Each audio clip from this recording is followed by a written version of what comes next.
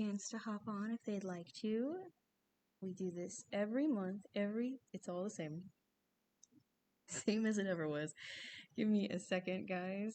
I have to make sure everything syncs up and then people get the chance. So we'll start in a minute, essentially. But I hope everybody's having a good morning so far. Hope everybody's I'd say enjoying the weather, but it's certainly been an adjustment with how the weather's been. So hope you're getting used to that. I hope some of you are having fun with migration. We've had quite a few customers come in the last, I think 2 weeks or so, saying that they've seen a lot of rose-breasted grosbeaks as well. So migration is definitely occurring. I think September, early October is like big time for migration. So we're kind of near the end half of it. A lot of hummingbirds are starting to head out as well too. So keep an eye out for all that as well. And maybe you'll see some of your winter birds start to come in too. So keep an eye out for that. So I hope you guys are having a good day, all that jazz. But with that, honestly, I see it's 8:30, so we're just gonna run with it and see how it goes. Good morning, everyone. Thanks so much for joining me today. My name is Jolene. I'm a certified songbird feeding specialist with Wild Birds Unlimited of Concord, and today we will be talking about European starlings. Now, all things considered, to be completely honest with you, starlings are not my favorite bird, and I know for many people that do a lot of bird feeding, you might have encountered European starlings before. They may have a little bit of frustrating qualities, but there's also a lot of really interesting things about them too to learn about. So I figured what better time than spooky season to talk about the good, the bad, and the sometimes ugly about starlings in general. So I hope you guys are ready to learn a lot about them as well. If you have any questions during the presentation, I'll be keeping an eye on the comments. Good morning. I hope you guys are all doing well. And with that, we're going to go ahead and just jump right into it for sure.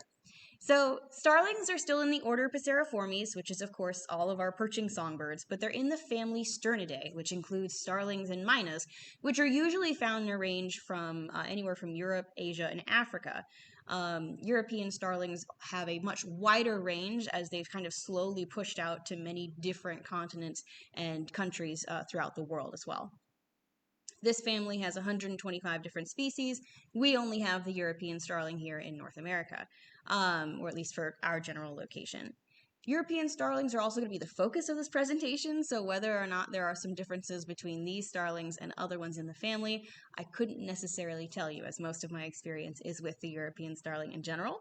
These birds also do have a very wide variety of habitats. They are super adaptable, so you can find them anywhere from city areas, suburban areas, open kind of short grasses or lawns, landfills, salt marshes, which is crazy. Essentially, you'll find them in many different places except for heavily forested areas.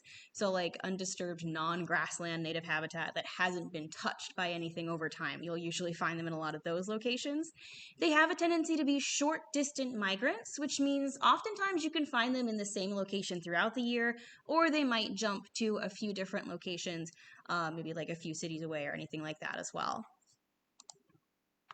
So with these birds, they are thankfully very easily identifiable, both by shape, color, and sound. When we're taking a look at these birds, the shape is pretty straightforward. They are kind of a compact, stocky bird. They're a little bit of a medium size, a little bit smaller than robins. Definitely not as round, essentially, as a robin. Good morning, guys. Thanks so much for joining me.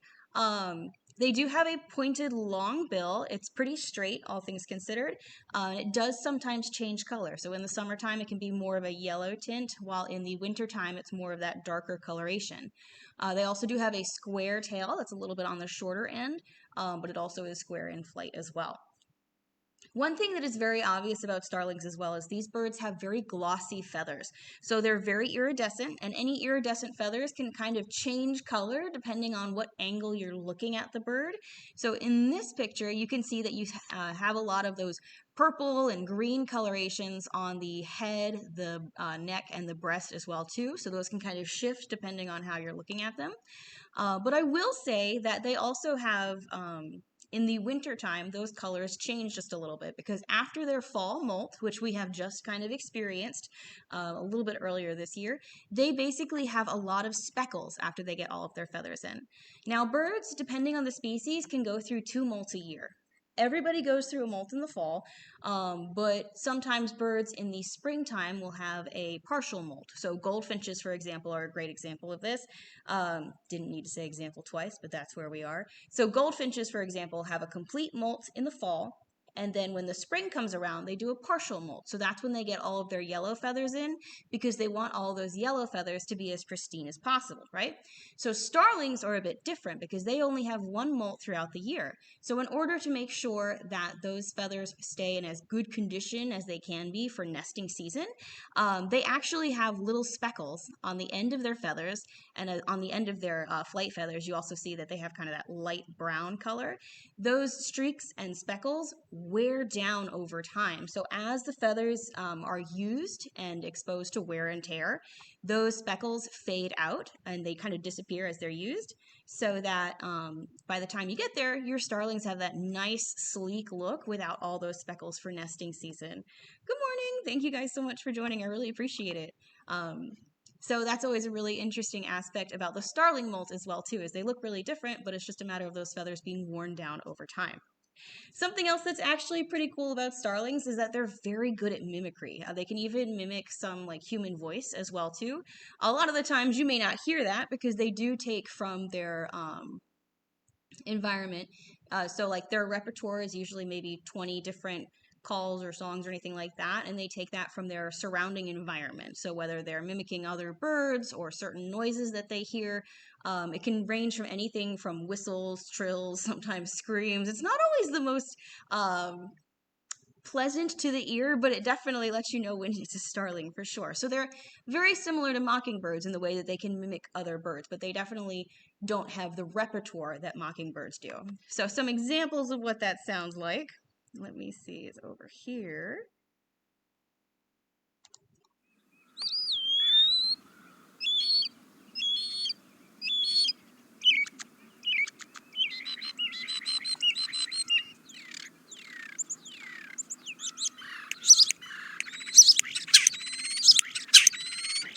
So in this repertoire, they mimicked, I think, a wood pewee and some other birds that are in the area as well that they're used to hearing. So they'll kind of have a tendency to do that, and then you'll also hear kind of like whistles or bells from them as well too.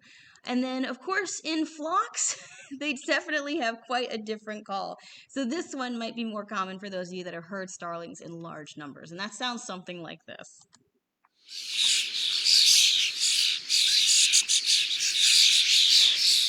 So certainly a very buzzy, raspy noise, and it definitely lets you know when the starlings are nearby. Their call is one of the more distinct ones that people may be used to for sure. So keep an eye out for those. If you do hear those, then you know some starlings are nearby. So kind of like I mentioned earlier, these birds and the family that they're from are not actually natively in North America.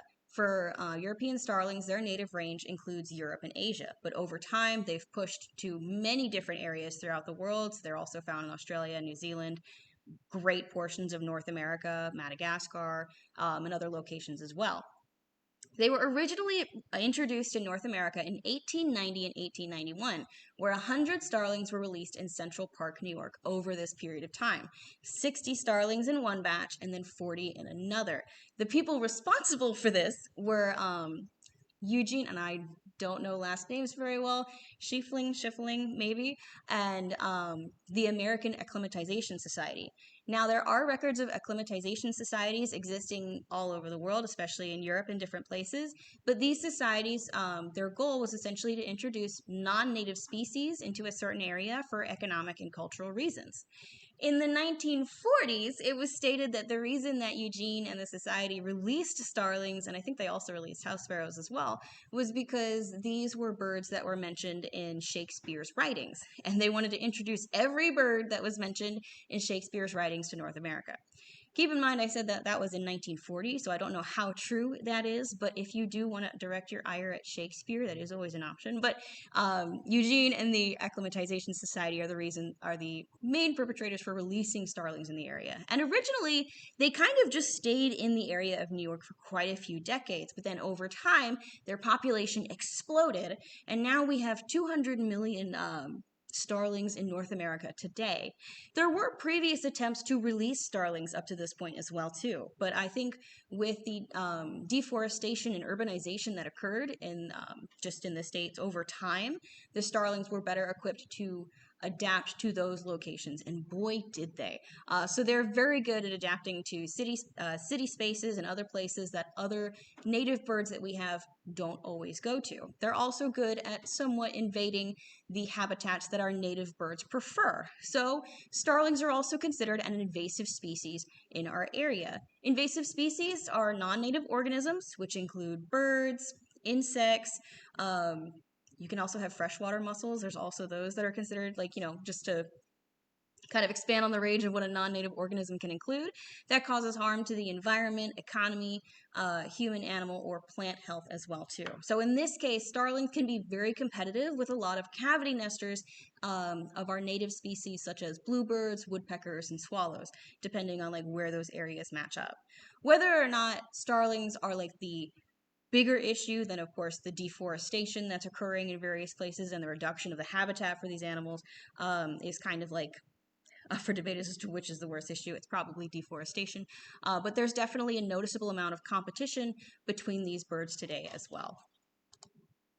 Now, something that I found really interesting that I'm going to do my best to explain is the fact that because the amount of starlings that were introduced to North America was such a small number at first and blossomed into the large amount that we have today, it has kind of affected their genetic variation. So if you've listened to previous presentations, or if you know this yourself, you know that some birds that have a very large range, so we've talked about like house finches previously and even American robins, do have some form of like subspecies that can be found in different areas throughout their range. It's still the same species, but there's slightly different genetics that go into that local population.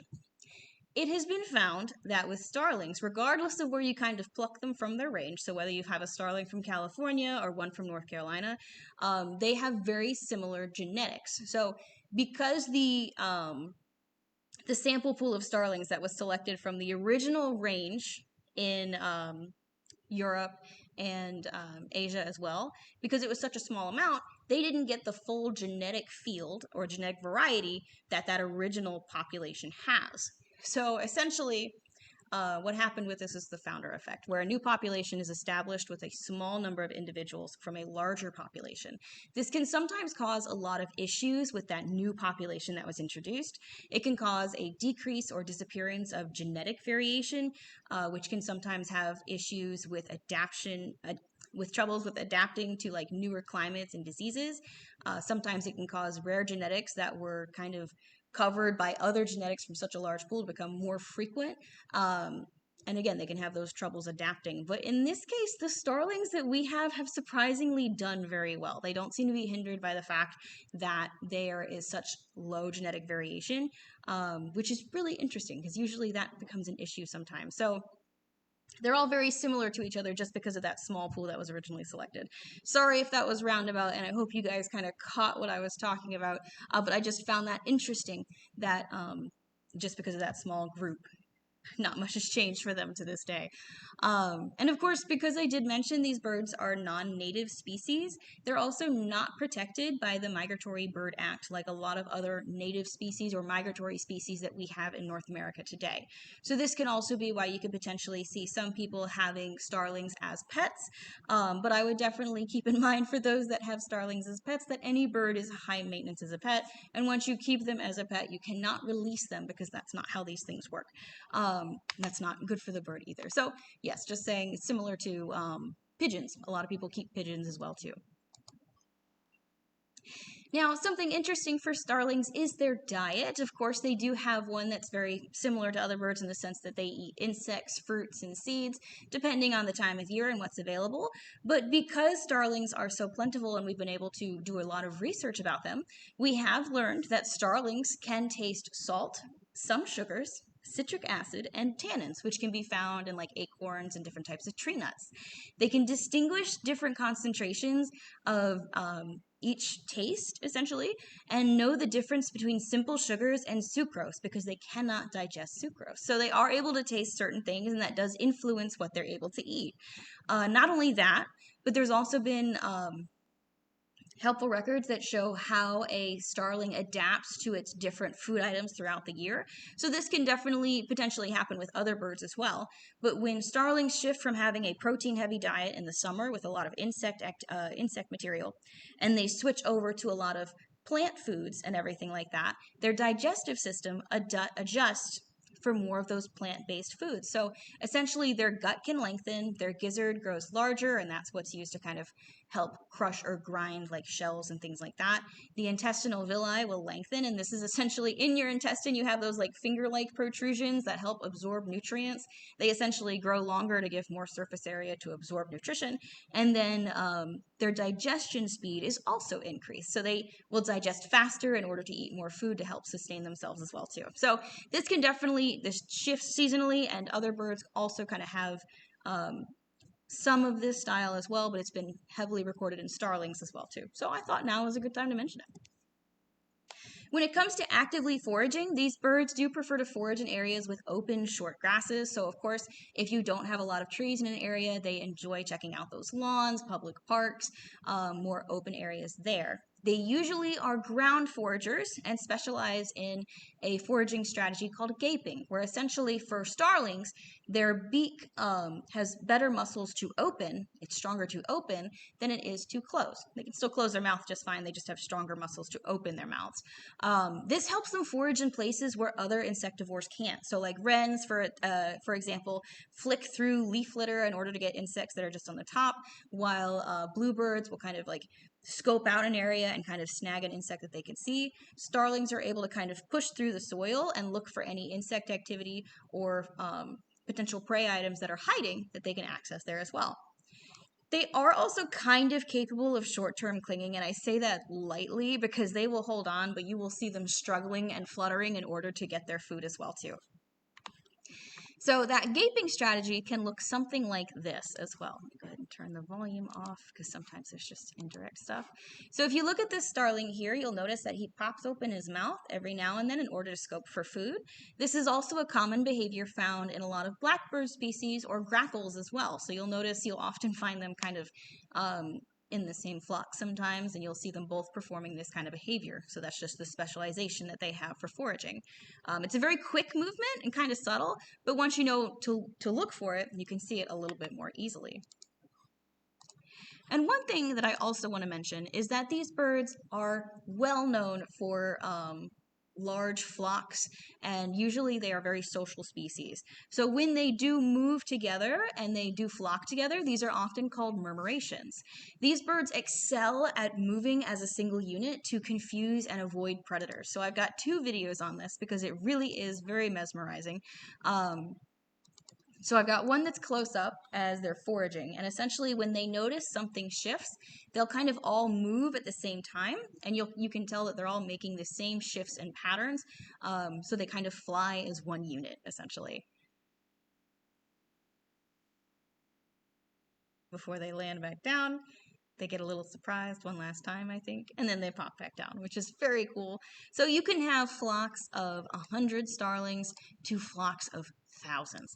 And for this, essentially, you'll have very large flocks, and they're still able to, despite how many individuals are there, they still make those same kind of shifts and movements, which is really impressive.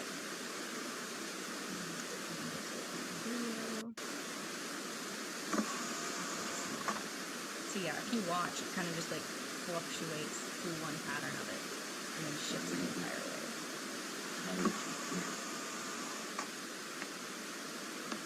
Yeah, so you can see that kind of strange movement there, which is so crazy. Because you have many birds that will flock together, but they definitely don't make patterns or movements as fluid as starlings do. So they do excel in this behavior, and it is always very interesting to see them flock and maneuver as they do. So super interesting, definitely a fun behavior seen by them as well. So of course, because I did say they are social, they also roost together in groups throughout the year. It can be smaller during nesting season because there is a lot of territory disputes there, but you still have flocks then. When I mentioned they were ground foragers, that also means that you can usually see them walk or run a lot of different places, very similar to doves in that matter. Sometimes they won't fly unless they see that there's a threat. And of course, you can also see a lot of competition between them. Because they are very social birds amongst themselves, you do see a lot of social behaviors between them. Sometimes it happens a lot faster than you're expecting, but there can be a lot of competition between them too, including bill fencing, where they essentially just kind of fight each other with their bill. They'll kind of wing flick each other to tell them to kind of get out of the area because they don't want them here. And they'll also have like a sidling behavior, which is like a lot more subtle, but essentially they'll just kind of keep moving one way in order to get somebody else to kind of bug off and do their own thing.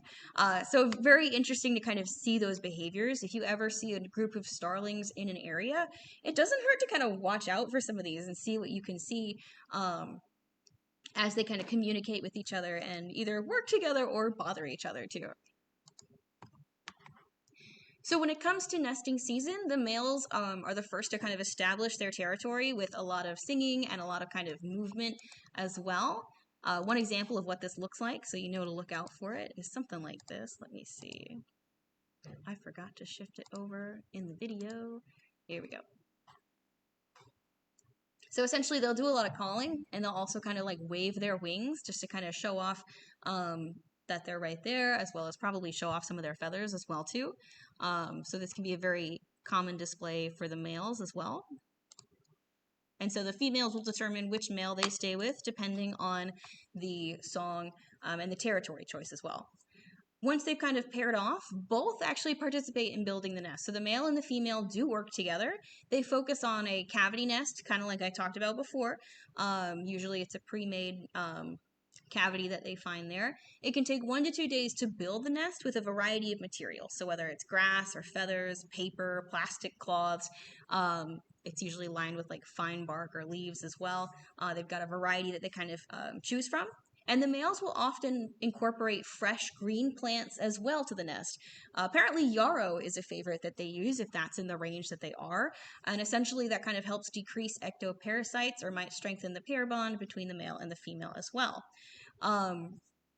Including places that where they will nest, dryer vents are also a very common cavity opening that they will choose from. So if you've ever had a bird nest in your dryer vent, which does occasionally happen, chances are it's most likely a starling as well, in case you were ever trying to identify that in previous. So once these birds lay all their eggs, they can have anywhere from 1 to 2 broods with 3 to 6 eggs of each, usually a blue or greenish white tint. Incubation is about 12 days, and both parents incubate. Fun fact, usually the females, when they do incubate, they kind of have a bald patch on their belly that does not have any feathers, and that is called a brood patch. It allows for the most skin-to-egg contact to kind of transfer heat as best as possible. With starlings, the male has a kind of smaller brood patch than the female, but he still has one in order to help incubate the eggs as well too. When incubation is done, these eggs hatch. The young are altricial, so they are blind, naked, defenseless, and require a lot of parental care.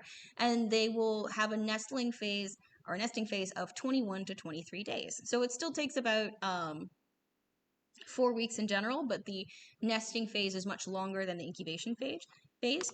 One thing I will say that really helps identify a juvenile fledgling starling is the fact that these birds have the largest rubbery gape flanges I have ever seen of any bird that I have worked with in general. And so these guys have large yellow flanges so that when they open their mouth in order to be fed, the parents know where to insert the food. Because sometimes when you have a lot of screaming heads coming at you, it's very hard to determine where and what you're supposed to do with that. So that's also a very interesting thing with them.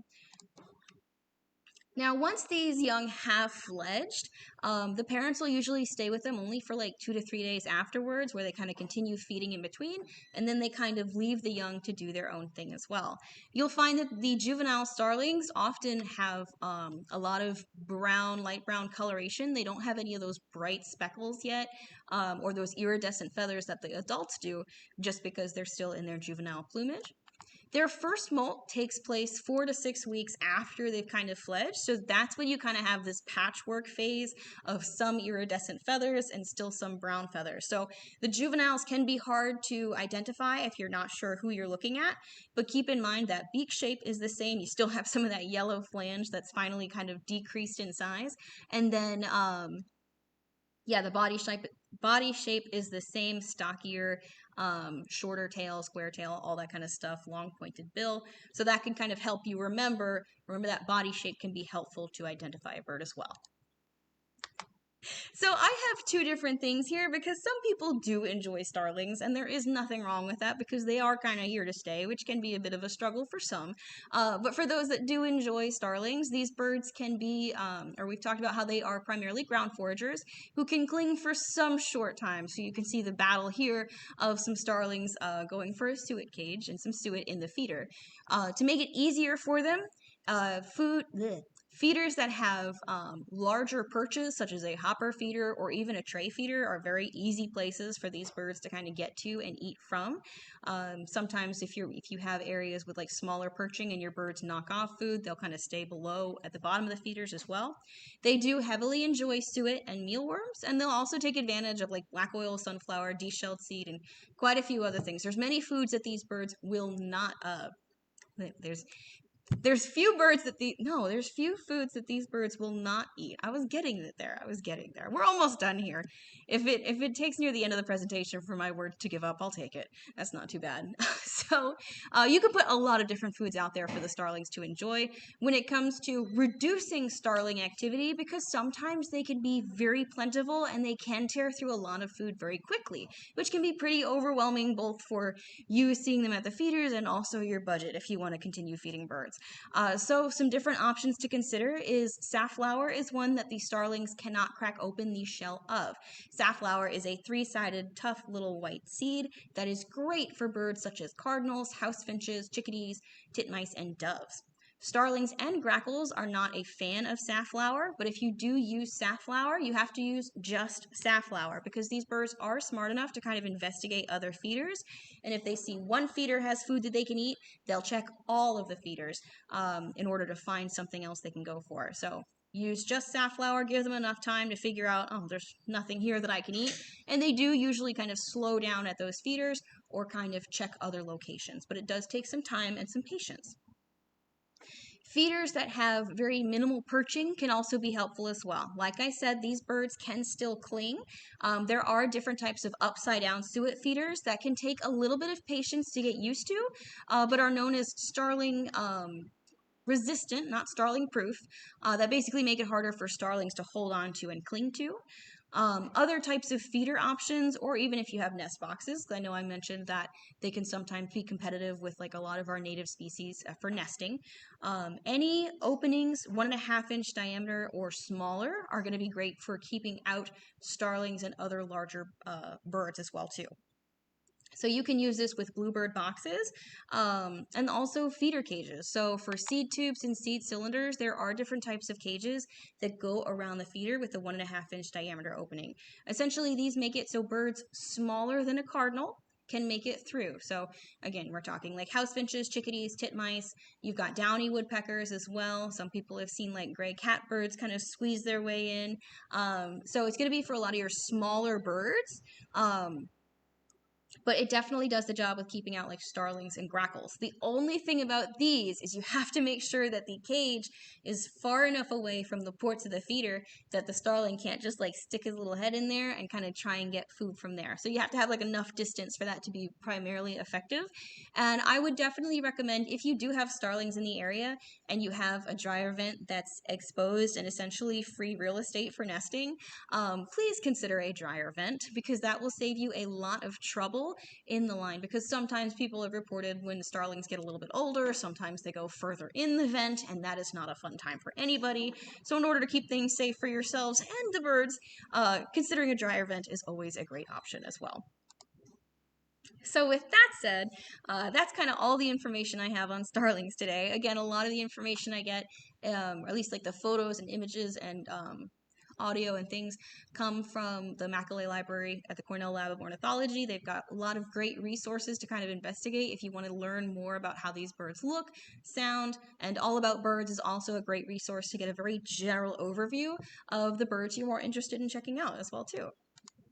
If you do plan on coming to the store today for listening to the presentation, I've got a coupon for $5 off an order of $25 or more. The coupon code is Starling, so you can definitely use that today, either in store or over the phone as well too. And we have a second viewing of this presentation at 11 in case you know anybody that wants to stop by and check it out as well too. So, like I said, starlings aren't always everybody's favorite bird, but there are definitely some that enjoy them because there are different aspects of them that can be appreciated. So, it's kind of good to get a nice little roundabout viewer understanding of them in general. So hopefully you guys had some fun with that and learned a lot about them. Definitely had to happen at some point because they can be so plentiful at the feeders as well. But with that said, I hope you guys enjoy your weekend and the fall season as well, as it's kind of starting to feel that way. We'll see how long it lasts. But yeah, thank you guys again so much for tuning in. Couldn't do this without you, and I hope you guys have a great day and a great weekend. Thank you. Bye.